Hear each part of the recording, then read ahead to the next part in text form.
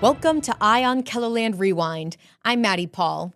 From singing in the city to Olympic curling gold, we have a lot of stories to share with you today.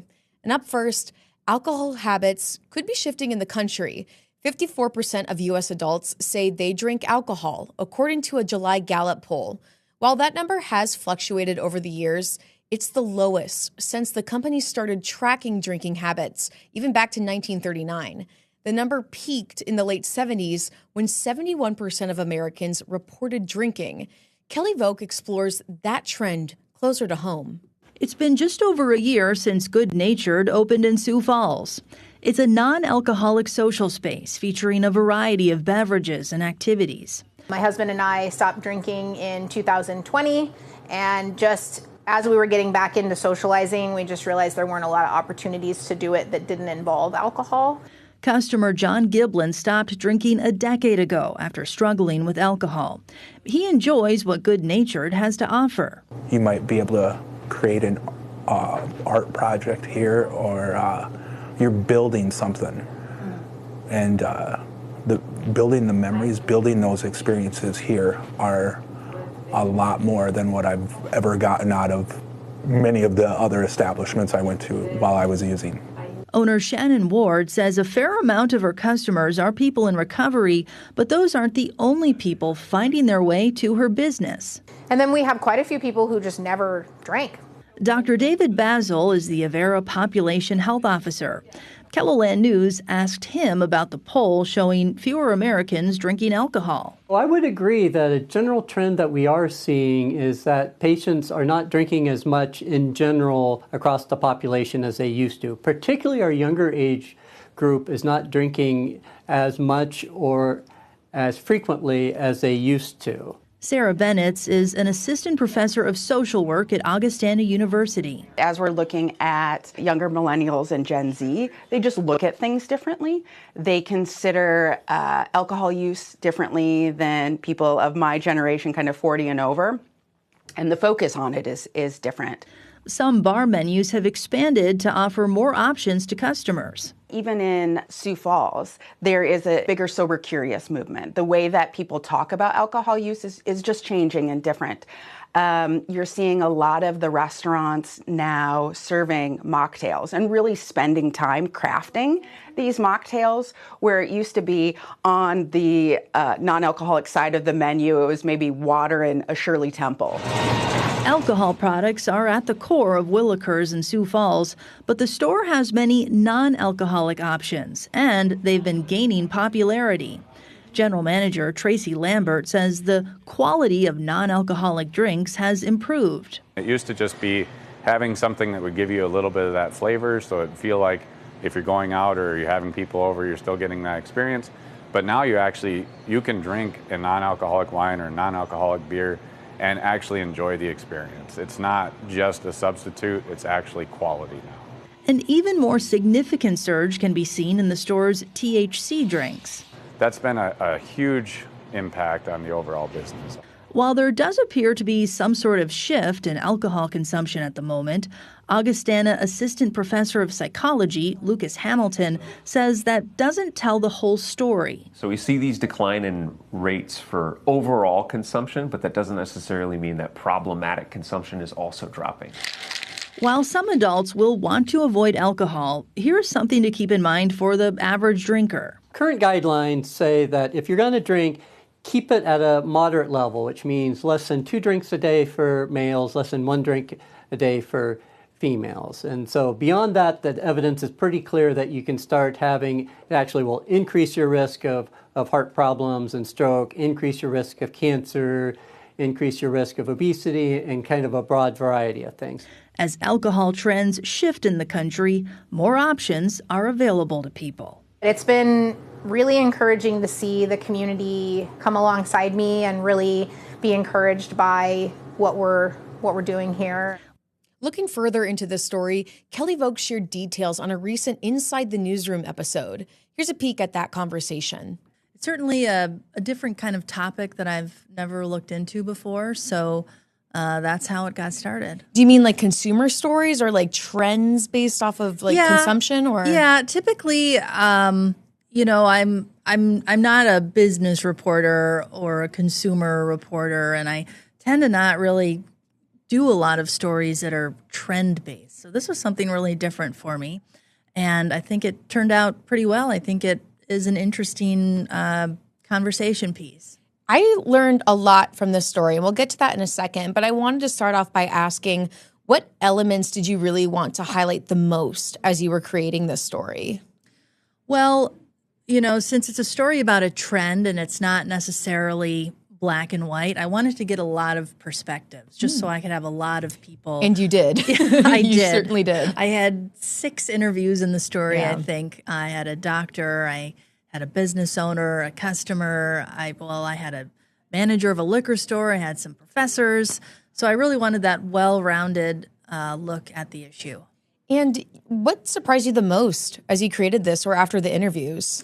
Well, I think when I went to Willikers just to talk about the trends they've been seeing, the general manager told me that, there's been a slight change in people drinking alcohol, but really it's all worked out for them, sales-wise, because THC drinks are surging at their store, and they've also seen non-alcoholic options gain popularity too. So, Inside the Newsroom airs weekdays at 1 o'clock and 3 o'clock only on KELOLAND Plus.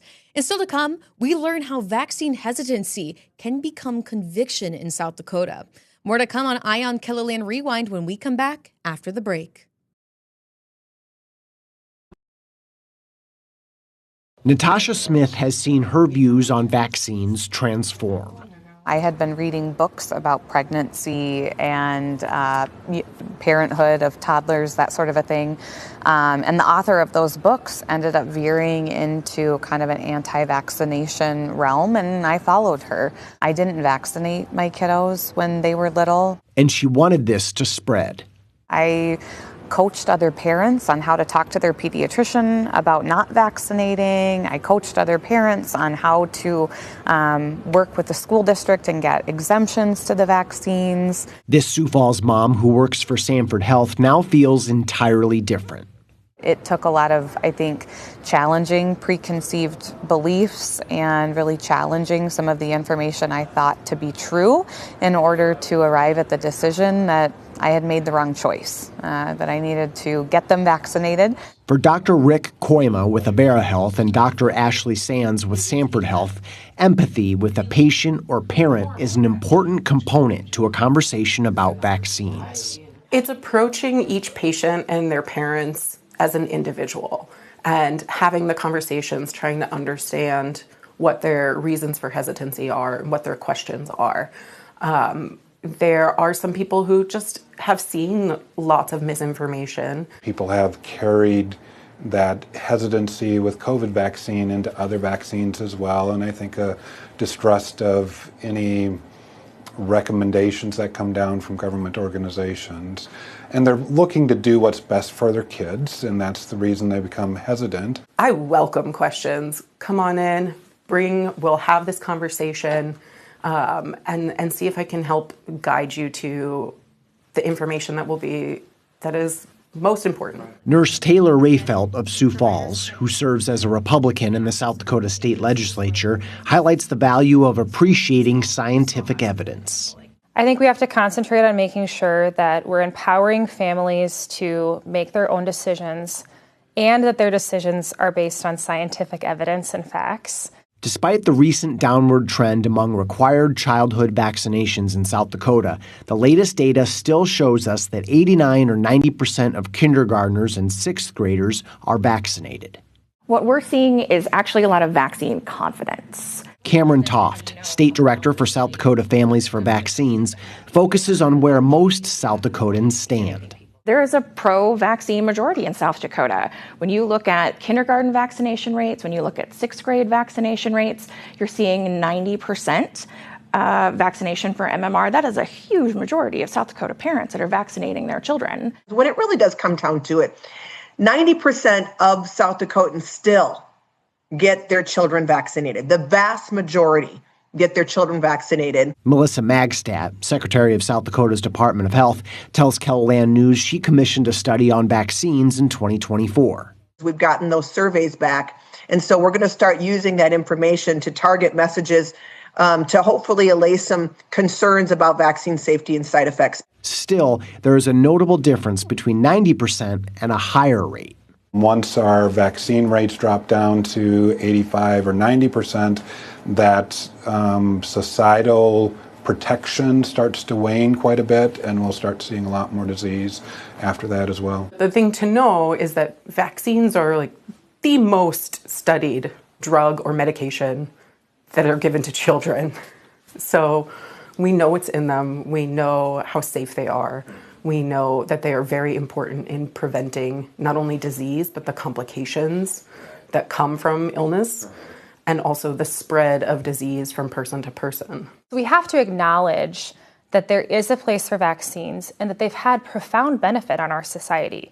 Now, does that mean that you don't have a right to get all the information before you make a decision for your family? Absolutely not. You should get all that information. And evidence-based information is invaluable. I do think that once you're going to get that information, you are likely to make the decision to get your child vaccinated because it's beneficial to not just your family, but the families around you. And welcome back to Eye on KELOLAND Rewind.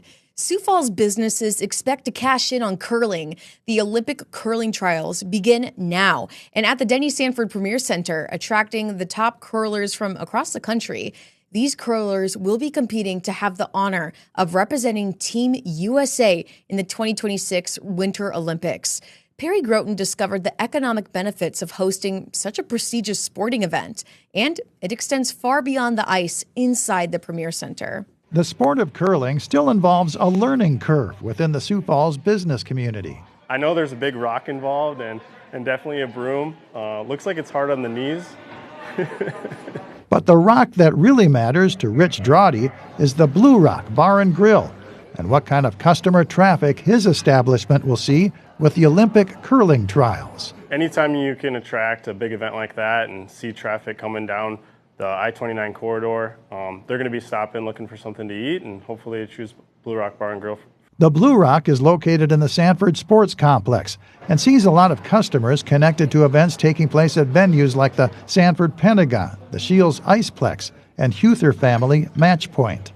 All those things built out, and not to mention we also have virtual care across the street. So the more we see with build out here, the more traffic we get, and it's been good. The Blue Rock also draws customers from events at the Denny Sanford Premier Center, where the Olympic trials will be taking place. Anytime there's a concert in town, people like to park out here and get shuttle rides across to the Denny. Just as a nice, easy option to stay on the north side of town. But then again, it's a happy hour spot before the game, before the concert. The Blue Rock has seating for up to 500 people spread out over 3 dining spaces, so there will be plenty of room for curling fans to enjoy a meal here. The Blue Rock is also touting its updated menu. Meanwhile, across the parking lot, another business is getting ready for the curlers and their fans. Welcoming guests for an Olympic trials will be a first-time experience for the staff at the Comfort Inn and Suites. It's different clientele. What we have here is a lot of hockey parents coming for a weekend, softball parents, soccer parents coming for the weekend. This is going to be a little bit different. This is going to be fans coming to watch professionals play. General Manager Ryder Wilson says officiating crews with the Olympic trials have rooms booked at his hotel. I have the line judges staying with me. There's a lot of transient picking up now for specifically that final weekend for the finals that we're seeing. The hotel is highlighting its amenities for the curling faithful who will be checking in. We got a sports lounge and pizza lounge right off of the lobby right there. We have fire pits right here with the patio where they can go to the curling event, they can come back, they can get a frozen pizza, grab a beer, and enjoy a true weekend of something like Sioux Falls has never experienced. The local hospitality industry places a premium on the guest experience, regardless of what brings out-of-towners to Sioux Falls. And businesses here have no reservations about what kind of impact the Olympic trials will bring. It is on a professional scale. It is on a global scale. So it's going to be very exciting. And that was Perry Groten reporting. But But up next, in 1992, a little girl was murdered on tribal land in South Dakota, but no one was charged with the crime until decades later. On federal land, there is a statute of limitations for second-degree murder. Sydney Hoyer found out that Kamisha's parents are speaking out about a bill that could change the law and bring more families justice. In September of 1992, Kamisha Neivold was killed in her own home. She wasn't even 2 years old. The FBI and Sisseton-Wahpeton tribal investigators were unable to make an arrest until 2024. They said that some new information had come up, and then they were going to reopen the investigation, which they did, and then they did a full investigation. When it came to charging the suspect, the years between the crime and arrest presented an issue. He was kind of bound based on statute of limitations. He wasn't able to charge any other crimes like kidnapping or child molesting or sexual abuse or any of the other things that might have been chargeable. Their only option was first-degree murder. And under that charge, you have to prove premeditation. Right. Which in a cold case becomes very difficult. I mean, it's difficult to begin with, even if it's not a cold case. For crimes like second-degree murder and manslaughter, there is a 5-year statute of limitations on federal land. But the suspect was willing to waive that statute of limitations for manslaughter. We had to decide what we wanted to do, and I agreed that I would allow him to plead to the manslaughter and waive his statute of limitations if he admitted to what he did and told us what he did. Kamisha's killer was sentenced to 10 years in federal prison, the maximum sentence for manslaughter. After the sentencing, the Irwins started asking questions about the statute of limitations. This isn't just an Indian issue, this is a... Yeah, it's not a race issue.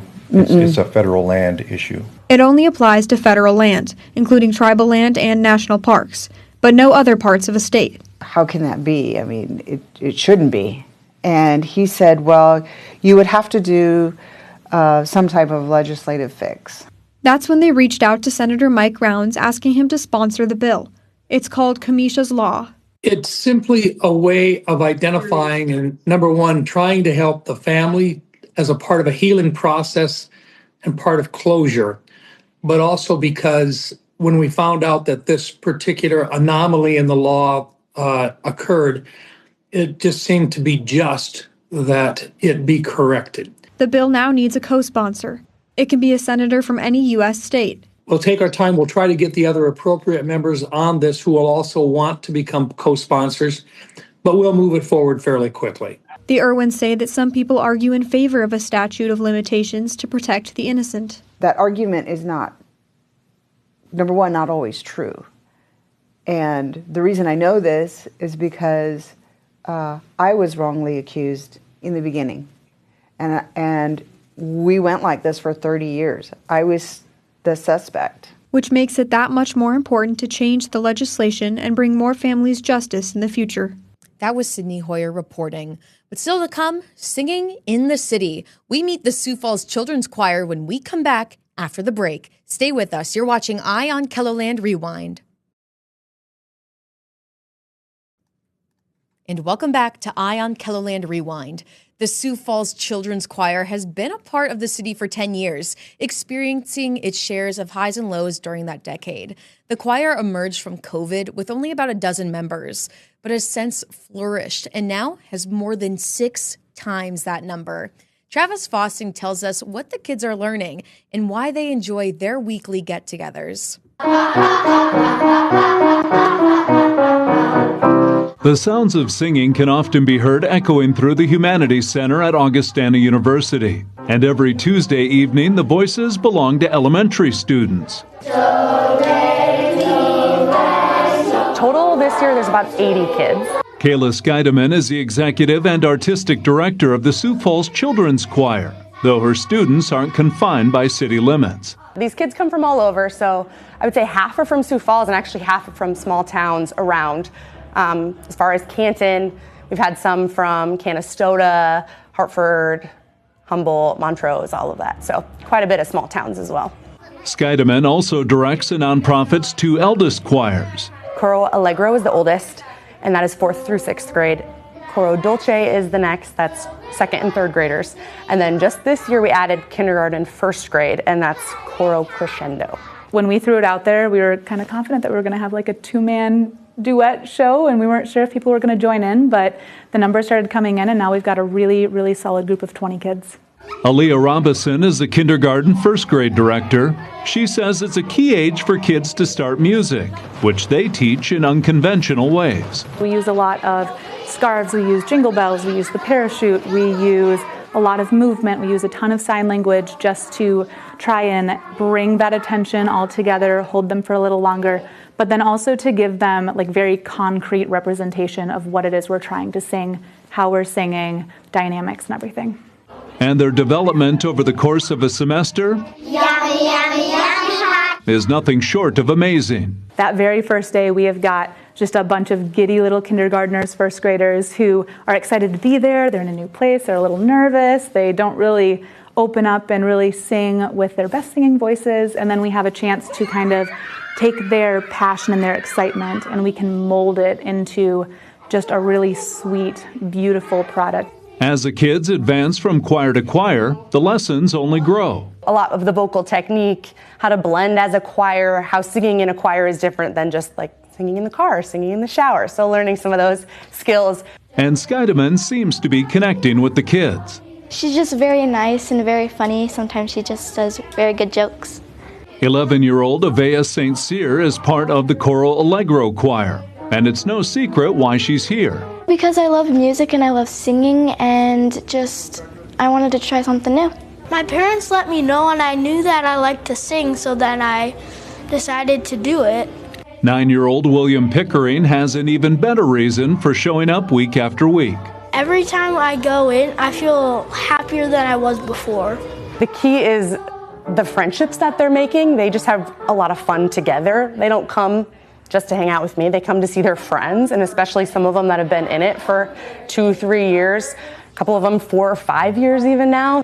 The choirs have fall and spring seasons. The cost is $150 per semester or $250 for the entire year, though there are scholarships available. This last year of the 80, about 20 received scholarships, so a lot of scholarship opportunity. Skydeman says they're able to keep prices low thanks to grants and donations. And as word of the Sioux Falls Children's Choir continues to spread, the directors will be ready. That's kind of why we're here. They're coming here, and I think it's going to grow pretty tremendously over the next couple of years. As for the current crop of kids, I just hope they learn to love music and want to keep singing anywhere and everywhere. And that's all the time that we have today for Eye on KELOLAND Rewind. Thanks for watching, and remember, you can find all your Eye on KELOLAND stories online at keloland.com. Until next time, have a great day, everyone.